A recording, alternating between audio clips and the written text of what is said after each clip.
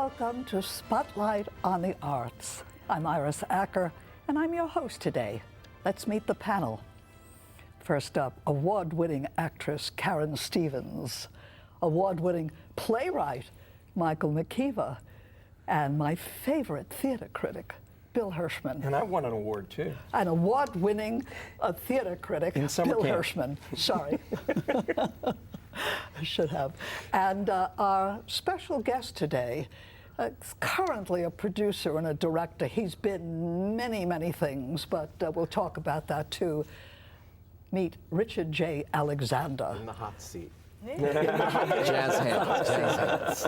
Richard, today we're going to talk about divas. Oh gosh, because we've spoken about everything else. Okay. I want to concentrate on all the divas that, many of the divas that you direct. For example, Barbra Streisand, Kristen Chenoweth, and Bernadette Peters, just to name three. Right. Why you? You know, that's a really good question. Why me? It's very, very funny. I'll tell you a story that happened right here in South Florida. I was walking on Lincoln Road and the phone rings. Hello? Hi, is this Richard J. Alexander? Yes. Hi, this is Bette Midler. Who is this really? It's Bette Midler. Who is this? It's Bette Midler, and I'm on the set of Stepford Wives. Will you talk to me, please? And, you know, she was about to fire her current director of the tour and blah, blah, blah, and so she flew me up to New York. But I don't know how they get your phone number. I mean, it's not like I've chased anybody actively, but... Word of mouth. I don't know, maybe, you know, but the thing I do, you know, you're using the word divas, and of course, none of the people I work with actually think they're divas or like that word in particular, and I think of operas when I think of divas. But the interesting thing about what I have found myself in the midst of, you know, miraculously, is that I work with actresses who sing. You know, great singing actresses, and I work with people who were catapulted out of theater. And so that's a very interesting equation to be in. I mean, Barbra Streisand has to be the theater's greatest ever export. And Kristen Chenoweth's nothing to shake a stick at, nor is Bette Midler, who was in Fiddler on the Roof. And everybody I work with, pretty much. Bernadette, you know, is a singing actress. And so I think that's why these sort of really palpable and exciting marriages have taken place. Used an expression, because you've been catapulted, if that's the expression, out of theater too. In order of, or going backwards, Les Mis, not in it, but of course associate producer, still today. I don't want to talk about residuals, but I'd love to know. And, that's my business. Yeah, no, but if you go back to Bernadette, like I was a stage manager and assistant director of song and dance. That's how I met her, and I remember I was in awe of her. I loved Mac and Mabel. I was in high school when Dames at Sea when I got the album. Don't forget, Broadway cast albums used to be essential. They used to be essential. People did not have MasterCard and Visa. People didn't come to New York to see stuff. So if they heard about their friend who went to see Music Man or Sweet Charity or, you know, whatever, they bought the cast album. And that was the essential way you learned musicals until they got to your local group. Or if you were lucky enough, they came to a touring production, to a Lowe's downtown or something like that. So to meet Bernadette Peters, I remember I was in this really private workshop and I was like, oh my God, I love her. But of course you can't do that. So you just be cool and quiet and you do your job and stuff like that. And eventually, you know, she came around asking, and, you know, fast forward, you know, is when she did Carnegie Hall. And I have Bernadette Peters to thank for my concert career, because when she said she wouldn't do Carnegie Hall without me, that was a big commitment. And that was back in 96 or 97. And then the rest happened. It just came tumbling on me because it was such a defining show. And the other thing Bernadette Peters taught me is truth. And that everything I built my house on is truth. If an act is great, it should be world class. It's not like this is for New York audiences because they're so smart and snappy. This is for Europe. You do one show and it's got to play all over the world. Excellent. Just like a good play. I mean, you know this, or a great performance. The interesting thing about Barbara is that the whole world met her as Fanny Brice. Because if they didn't see her, she's one of the only actresses who played her own role in the film. If you look at Mame, it was Lucille Ball. If you look at Hello, Dolly, it was Barbara and not Carol Channing. If you look at Gypsy, the great, great merman that everybody talks about, it was Rosalind Russell. Barbra Streisand could not be replaced as Funny Girl. And so I hang my hat on these things, you know, and I'm passionate about it. I mean, you should see us all working. I mean, I remember crying once at a record party going, I wish everybody could sit across on the couch from Bernadette when we're working, or be in Grandma's house with Barbara and I and Jay and Bill Ross, you know, the conductor. And I don't know. This is where these shows are built. Kristen Chenoweth came down here to Florida. We built Dames for PBS in 3 days with Mary Mitchell Campbell, playing records and CDs and tapes, and I don't know, like, I'm nuts. And you know, if there were things available today, when I was 10 years old, I used to have to go to the Solvay Public Library, a little suburb of Syracuse, a little shitbox of a town. I say that lovingly because it was a great shitbox to grow up in, but I got my albums at the library and they'd call me up and go, Dickie, you know, Golden Rainbow just showed up. What's that? It's got Steve Lawrence, Needy Gourmet. I ran down. And I think that's why I know every word to every song. You know, he needs me now, my arms can feel it, he needs, I mean, I know every song from every musical ever, and I can sing them for you. How did you start? I mean, what's your history? What led you to nuts. this point? Did you start out as a performer? We already did a whole show on that, but my dad little was a bit. CPA and an educator, and he was a wonderful churchgoer, and he used to help them with their high school musical, but long before high school musicals were voguish named, you know. But we had a full orchestra. High school level, and you would go and you would do these musicals, and we were the Little League of the Pompeian Players, the big church downtown. We used to have David Merrick send them the sets and costumes from Broadway. Like, I did Hello Dolly on the Broadway sets and got scouted for Promises, Promises on Broadway by Jerry Windsor. It was crazy. We had full orchestras. We recorded them. I have them on vinyl, me playing J. Pierpont Finch. I was nuts. But anyway, my dad threw me in the auditorium at 10 years old, and I saw a production of Bye Bye Birdie. I didn't know that I had good pitch or anything like that, but when my hairs, the few I had on my arms at 10, stood up, when the horn, you know, hi, you Hugo, hi, you stupid, ba-da-da-da-da-da, oh, and I was like, I was electrified, so I ran to the library and got the album. I was nuts, and my parents also belonged to the Columbia Record Club, so I heard a lot of studio recordings of like Doris Day and Robert Goulet and Annie Get Your Gun. Preposterous, but fantastic, you know what I'm saying?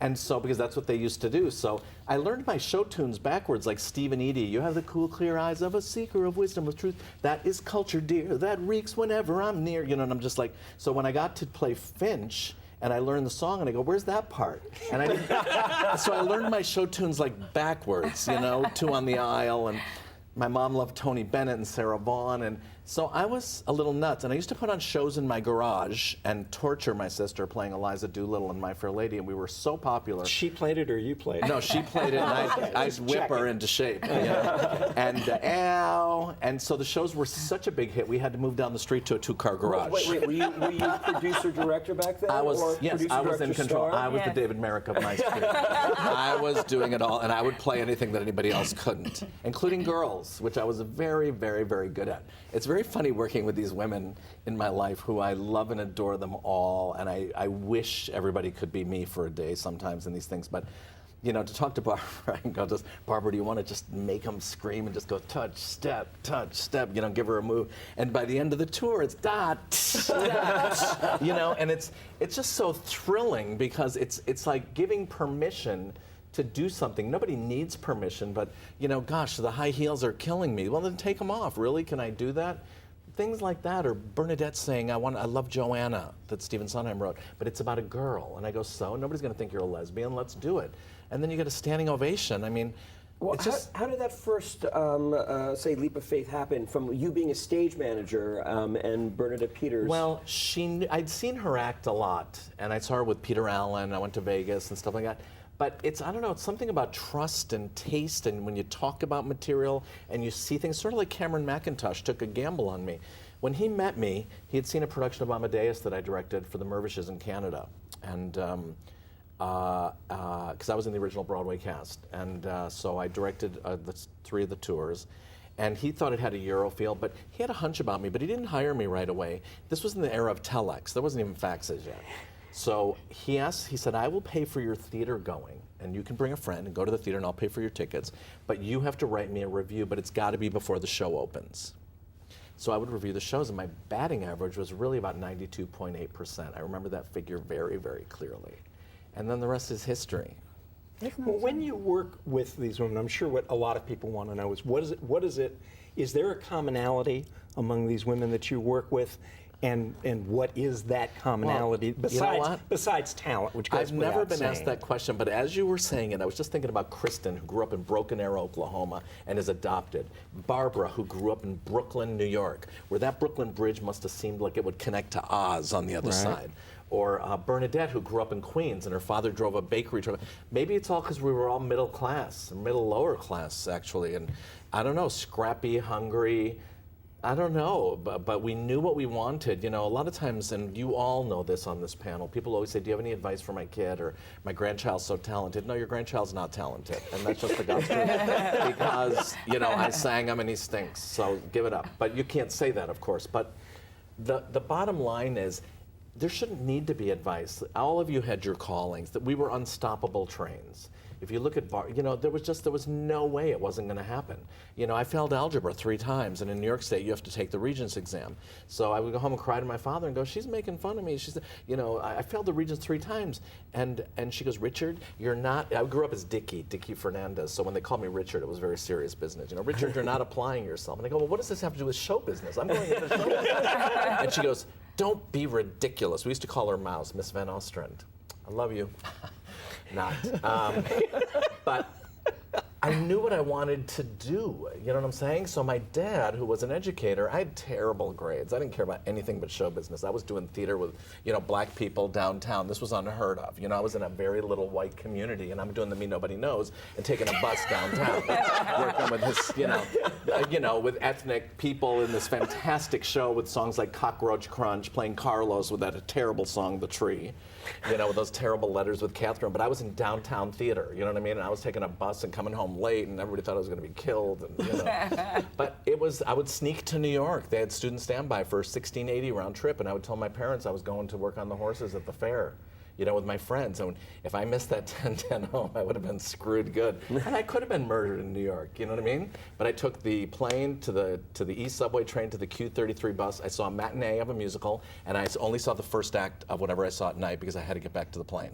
And my parents and I was home in bed at night, and nobody knew I'd ever been to New York City. Back it up. These women that you work from, what is it as far as a quality that they share? I'm getting off on a tangent from the divas. These are great extensions. What is it that it is like working with them? Is there a commonality? Do they bring something to it? For instance, we're talking about divas, but in fact, they're not divas. They're not at all. divas. No, and explain. Well, they don't behave like divas, and all of them, all of the people I work with, every single person, or I don't work with them. I've kicked a couple people to the curb, but we won't name names, because I would love to, but we won't. You'll get sued. No, I won't get sued. They can't sue me. She already tried once. I won. Anyway, the point is, it's the work ethic. Do you know what I'm saying? Nobody goes in like swinging wide. You know, everybody cares so much. And like I said, I think truth is the commonality. You don't just sing songs because you can. You sing songs because you must. Somebody will tell me a story, or and I'll go, God, that's such a great thing. Even you know, working with Norm Lewis now, or when I work with Brian Stokes Mitchell, you know, I was so known for women, I had to start working with men, and then I worked with Ricky Martin, thank God, and because we're both Latin, but it's always about truth and telling a story, and not just doing show business. Show business doesn't fly anymore. Those days are gone, you know? And also, the sad thing for me is, you know, I worked on that NBC show with Rosie, that was supposed to be the nighttime variety show, and the template that we agreed upon that we were going to proceed with was great. It's not what the show ended up being, but I would love to see an Ed Sullivan show. I would love to see, you know, what she wanted to do was Ed Sullivan combined with Carol Burnett, with, you know, and it just didn't fly that way. But I don't know, you know, Broadway used to feed the hit parade, you know, and it sort of all stopped with Memory, you know, from Cats. It just doesn't happen anymore. But everybody used to sing the same songs in the 50s and 60s, and Broadway was a very healthy feeding ground, and it was the arrangers that were king. You'd buy Tony Bennett singing the song, or Stephen Eady, or so Don Costa, Sinatra, you know, but they all sang the same songs, you know? Any idea why that's? Why? I think it's just not there. I mean, it's not there. Not even Rent provided it. Les Mis didn't provide a hit. Nobody recorded really on my own, and by the time Aretha Franklin got her hands on, you know, I Dreamed a Dream, it was He Had a Dream. You know, and she totally like flipped it into something else, which I loved, you know what I'm saying? But it just wasn't the song, you know what I mean? And then there was the movie, which, So, you know, Richard, So unopinionated. what do you really want to do? I'm a big fan of Sirius XM on Broadway, and every time she comes on singing that I Dreamed a Dream, I go, she couldn't get a job in a high school show. If you're not watching it, seriously, she could not. It's terrible. Terrible. It is terrible. Terrible. And I love Hugh. I love him. Hugh, I love you. Richard, what are you going to do next? I mean, what is there to conquer? Well, there's a lot of things, actually. I would love to do my own Broadway show from, scratch. But, it's interesting. I'm sort of not smart enough. I'm not an intellectual. I'm very visceral, and I have to be inspired. Like, I read a play once that was about Elizabeth Bishop. I don't even read poetry. I didn't even know who the hell she was. But I loved the play. I loved it. I loved the Lover Lata. I loved the Petropolis of Brazil. I got that story like crazy, and I called Amy Irving, who was the person who had sent it to me. And I remembered that she was sending it to me to recommend a director. And I said, who's going to direct this? And she goes, well, I was thinking you. And I thought, good answer.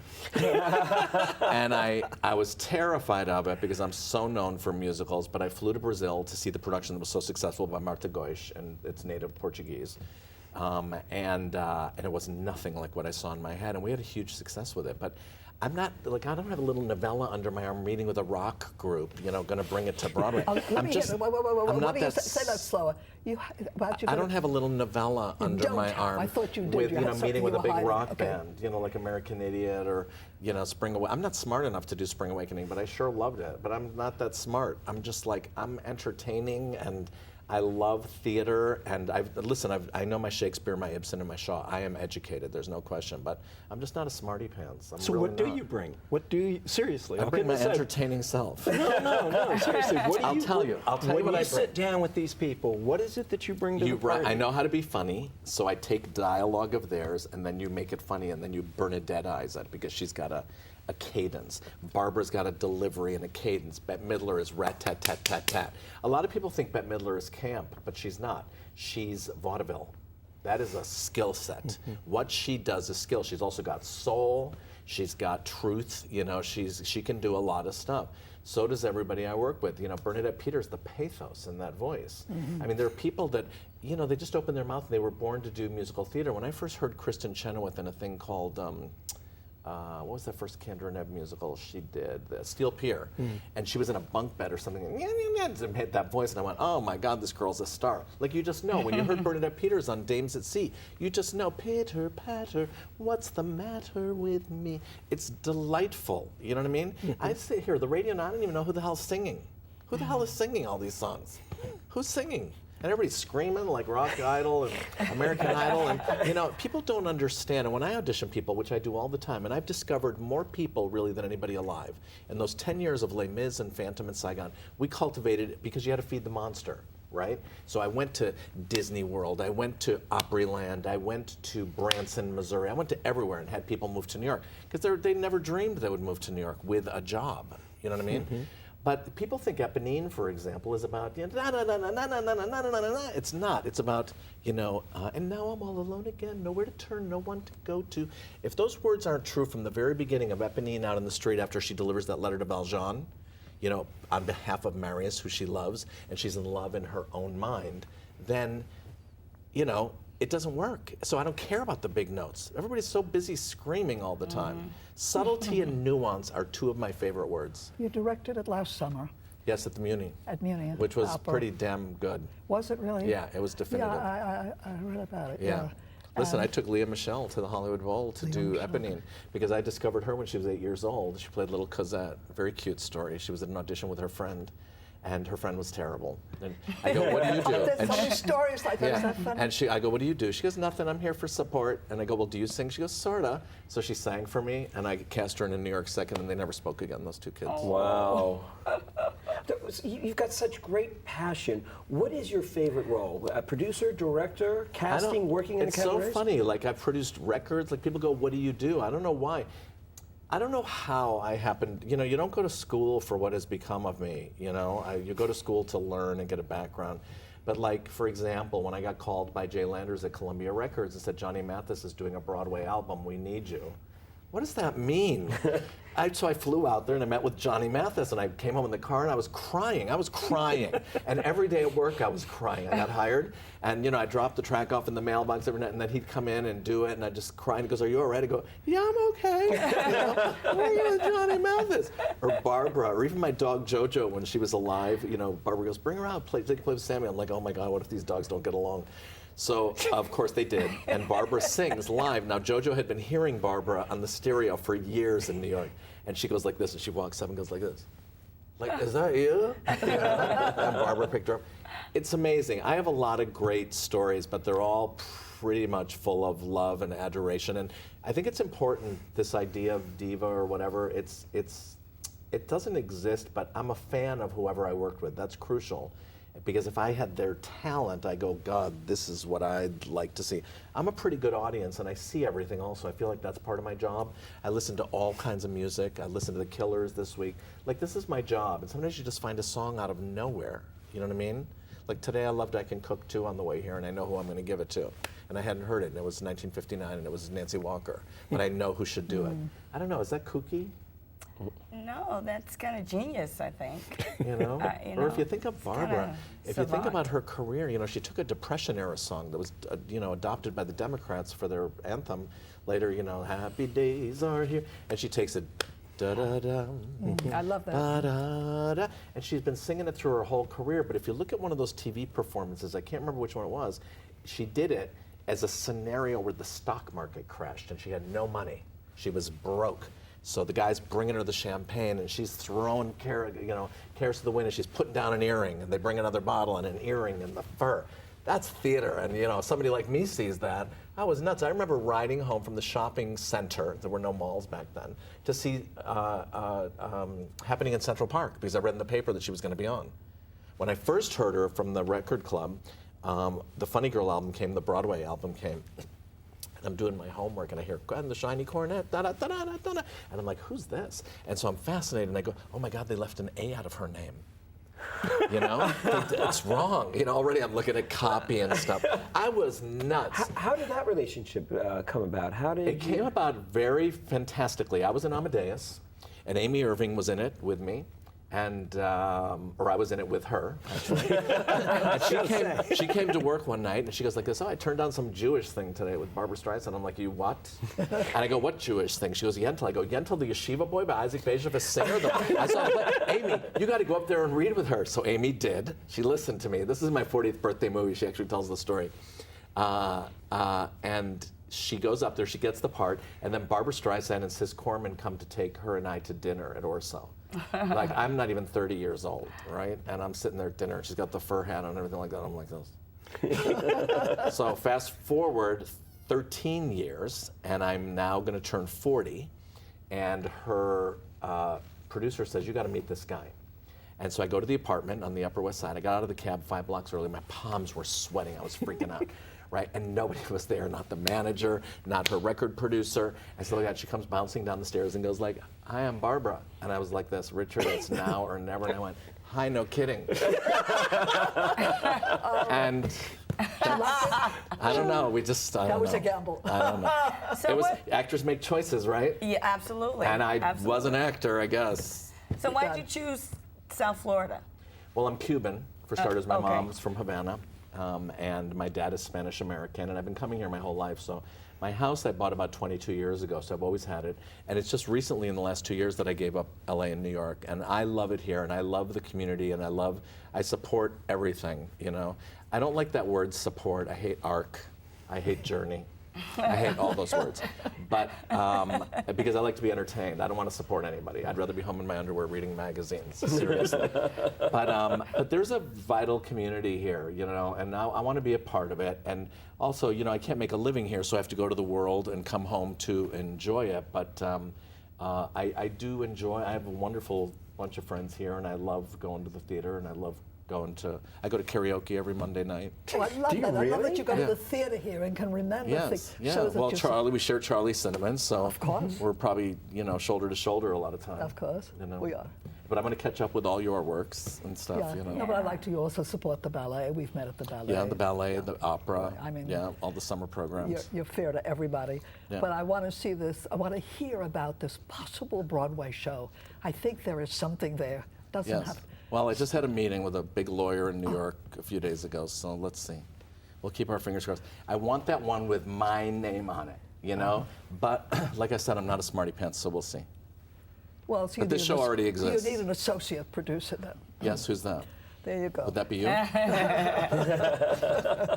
But in terms of whoever asks which role, it's really weird. I don't need to be defined. I can go into a TV studio and feel comfortable. I've done everything. I'm over blessed, so I have not been shy about giving back. In fact, I'm ferocious about giving back. Which is great. Here's a question. Is there anything that you haven't done that you'd like to? Or have you pretty much done it all? Not really. Can I tell you a little joke?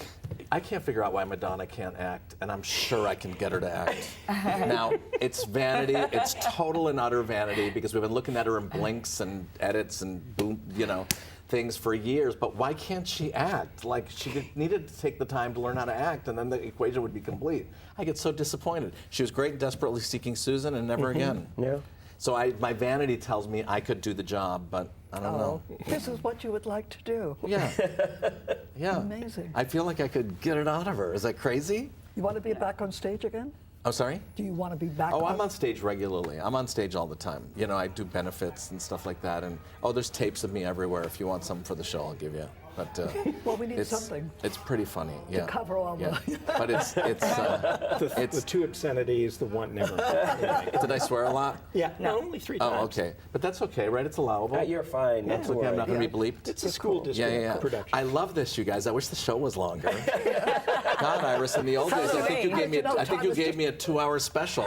In my backyard with the dog. You don't need us. We would just be Richard J. Alexander. No, but together, what you guys represent is pretty remarkable. You know what I mean? I'm my own parade. I don't know. It's tragic. I've heard that line somewhere. It's tragic. I love a parade. Right. The thing is, I think you would like to be on the panel permanently. That's what I think you would like to be. No. I would be okay. too. Just You'd throw me off. You don't throw me off. No, we want to get a word in edgewise. Yeah. Did anybody not ask me a question?